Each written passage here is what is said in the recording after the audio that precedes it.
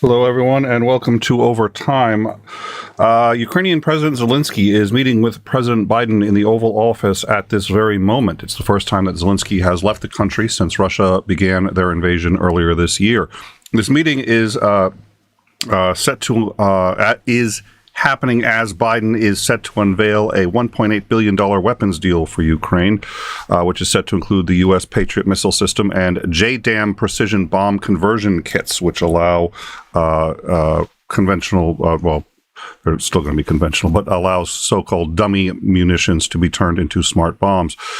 This as Congress is set to sign off on another $45 billion aid package to Ukraine and NATO allies. A number of members of Congress have expressed concern, however, that all of this new aid and just Zelinski's visit is going to provoke escalation from Putin. We'd obviously love to be carrying this story and discussing it, but unfortunately, more pressing matters for those of us in the U.S. have taken precedent. Governor Brian Kemp of Georgia has declared a state of emergency as a historic cold front is preparing to strike the U.S. The state of Kentucky just issued a state of emergency about 90 minutes ago.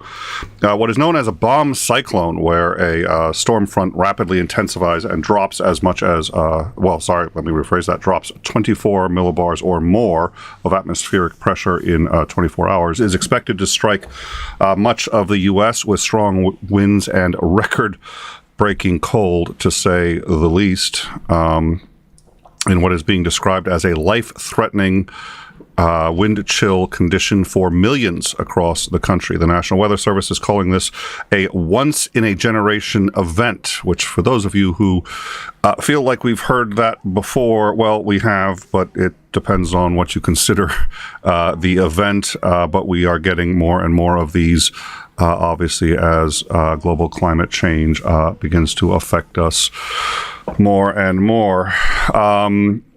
The National Weather Service is also saying that this will cripple travel on some of the busiest travel days of the year. More than 90 million people are currently under weather winter alerts spanning 37 states in the Union. United Airlines, American, Delta, Southwest, and JetBlue have all begun issuing travel waivers and warnings for dozens of airports across the country. Starting today, we're expecting heavy snowfall and ice over the northern plains, including the Rockies, and out into the Midwest. Minneapolis, Omaha, and Rapid City are expected to suffer freezing conditions and between 5 to 9 inches of snow, with the worst of it just west of the Twin Cities.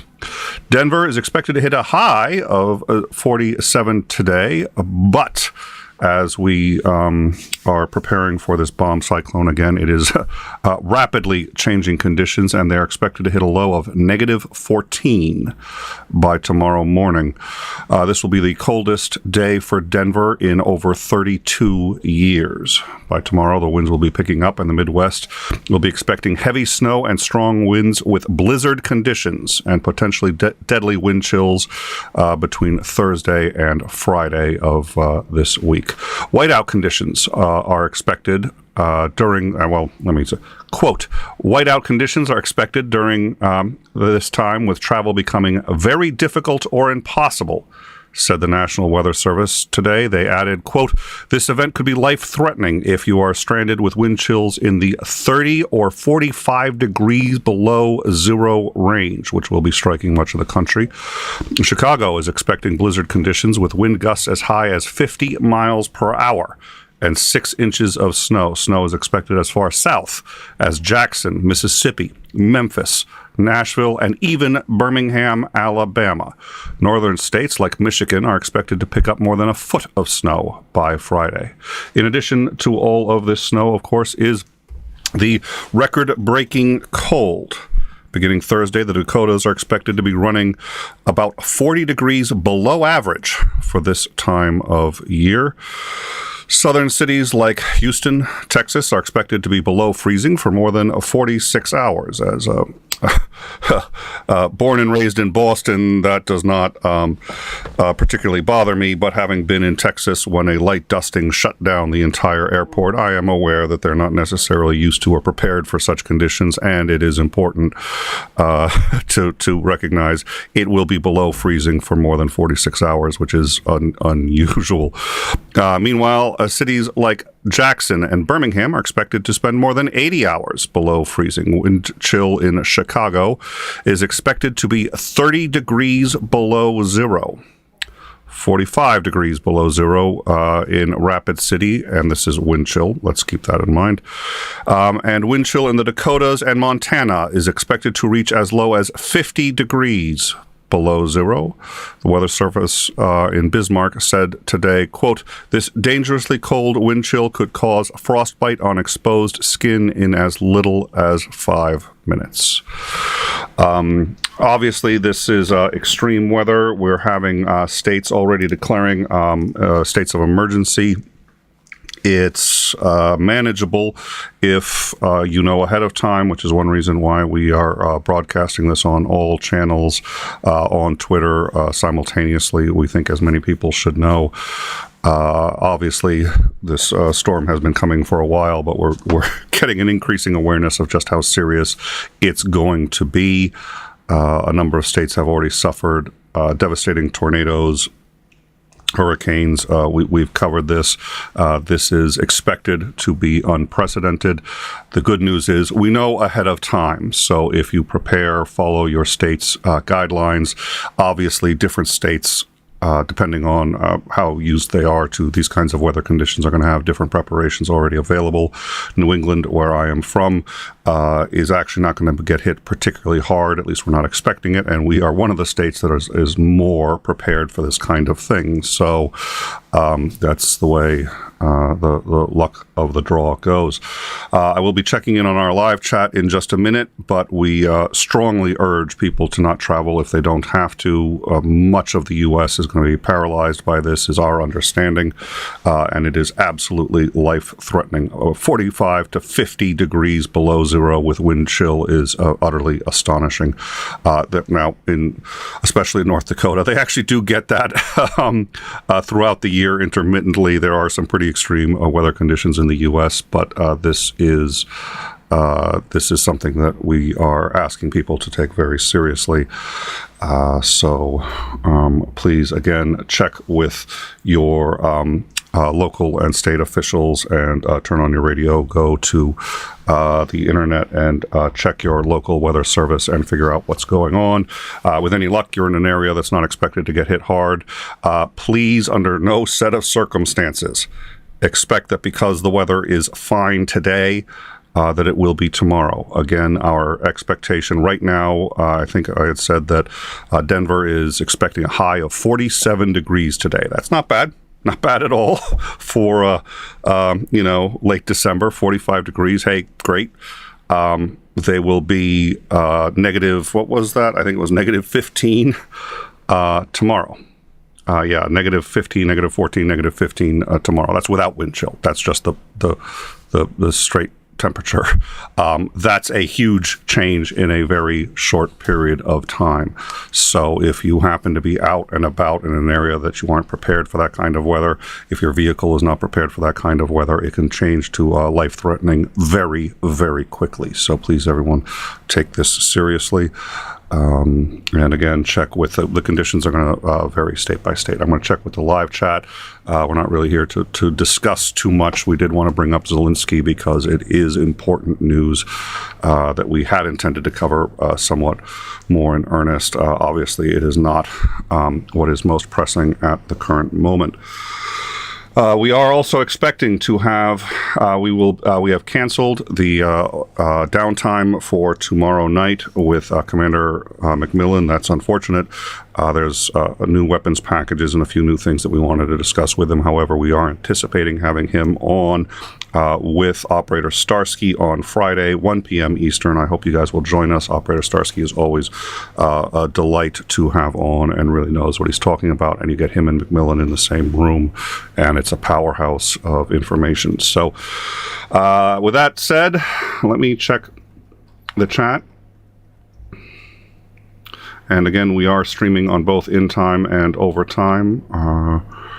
We'll be discussing what's happening with the overtime channel in a little bit. Is Andering supposed to be negative 45 Fahrenheit wind chill tomorrow? Yeah, it's going to be. Cheese Wizard, good God, the Texas power grid is going to be effed. Yeah, that's a concern. I hadn't actually thought about that, but their power grid is notoriously unreliable in any kind of inclement weather, and this is, I think we're gonna have to keep an eye on that. I think anyone who's in the Texas area, and we have some dear friends who are, needs to start taking precautions immediately and assume that the power is going to be out. Maya, negative 45. Yes, that's with wind chill, and that's important. Now, it's what we're expecting again in Denver is, for example, negative 14 without wind chill.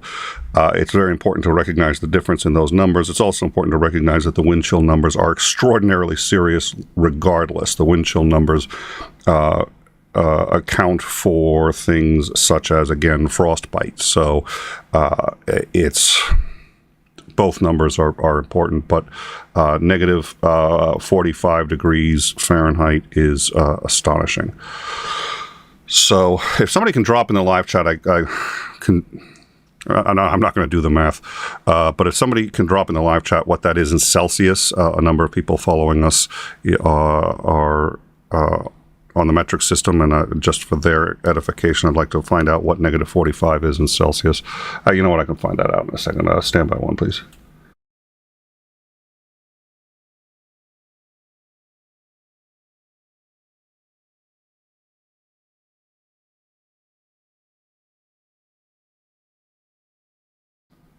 Yeah, never mind. I'm not going to get that. So if somebody can drop that in live chat, or I can figure it out. What is it? You subtract 32 and then divide by 2. I don't remember. We'll figure it out so that people who don't speak Imperial can understand the severity of what we're talking about. Negative 45 in Fahrenheit is cold. Xander, I can't get east of Chicago before tomorrow morning. Blizzard, remember 93. I barely remember the blizzard of 78. Barely. I was extremely. I was a young announcer at the time, but I do remember it. Blizzard of 78 in Massachusetts. You had snowdrifts as high as the second or third floor of buildings, and so you could see people standing on their deck. It looked like their deck. It was actually the balcony on the second floor, and when they had cut out snow, everything was just corridors, 12 feet high of snow. It was like you were in a maze. It was yeah. I actually don't remember any of that. I didn't go outside. Okay, so Gaming with Robin, negative 45 degrees Fahrenheit is about negative 42 degrees Celsius. Thank you, Gaming with Robin. So for those of you not in the U.S. trying to get some understanding of why this is such important news, so that's negative 42 degrees Celsius. Obviously quite cold. All right. Yep. All right. So that's helpful, Porpoise, and Gaming with Robin. Appreciate it. So that's what we're looking at again with wind chill. This is again a oh dear, what's the term? Bomb cyclone that we are expecting in a huge swath of the U.S. What a bomb cyclone is where the temperature drops rapidly. So again, Denver is, and I know I've said this before, but I want to do it for people just showing up. Denver is currently expected to hit a high today of 45 degrees. Tomorrow, they are expecting negative 14 degrees Fahrenheit. It's going to be a rapid change. It's going to be a rapid change across the country. If you are not prepared for it, you could get stuck outside. You could get stuck in blizzard-like conditions, and in some places in the country, negative 45 degrees Fahrenheit with wind chills. So it's serious. We are asking people to check in with their local weather services, their state weather services, and to not drive if you are in any of the areas that is likely to be affected. This kind of cold can affect vehicles. This kind of cold, and if your vehicle fails while you're out in this kind of weather, it can be a life sentence in some cases. So any chance you could let me know the expected temperature in Minneapolis? I don't have those figures per se. I do know Minnesota. Let's see. Minnesota was, so what we have is just sort of the extremes as we prepared the rundown. We got the most extreme cases on either side to say, okay, this is what we're seeing, high to low. Minneapolis, Minnesota, I do not appear to have that information. I do apologize. Yep. So the other thing, and I mean, we're doing this, but the other thing is to make sure that you have any water pipes that lead outside for faucets or anything like that shut off. Those pipes can freeze. Those pipes are actually usually reasonably safe if they're all internal or if they're mostly internal. But when it gets this cold, they can absolutely freeze, burst, and then when it warms up again, you've got a very serious problem on your hands. So make sure that you've weatherproofed as much as possible. Make sure that you've got enough food. We already have seen most of the shelves out here empty. So, it's a little late, I suppose, for that. But then again, this storm is not expected to last much past Friday. In some cases, it's expected to last into Saturday. And again, check with the Weather Service to figure that out. So I guess Maya's saying, Monday, 11 degrees Fahrenheit and -7 tonight. It's not expected to last all that long, but it's going to be quite serious. So everyone, please hunker down. Thank you all for joining us. Again, our regularly scheduled downtime for tomorrow has been canceled. We do have our overtime discussion with Ukrainian National Guardsman Operator Starsky and Commander McMillan, retired of the U.S. Navy, on Friday, 1 p.m. Eastern. Those are always very informative shows, so I hope you will join us for that. Thank you very much for joining us. If you would like any more information that we have available, please join us on the Discord. And until then, please stay safe. Thank you.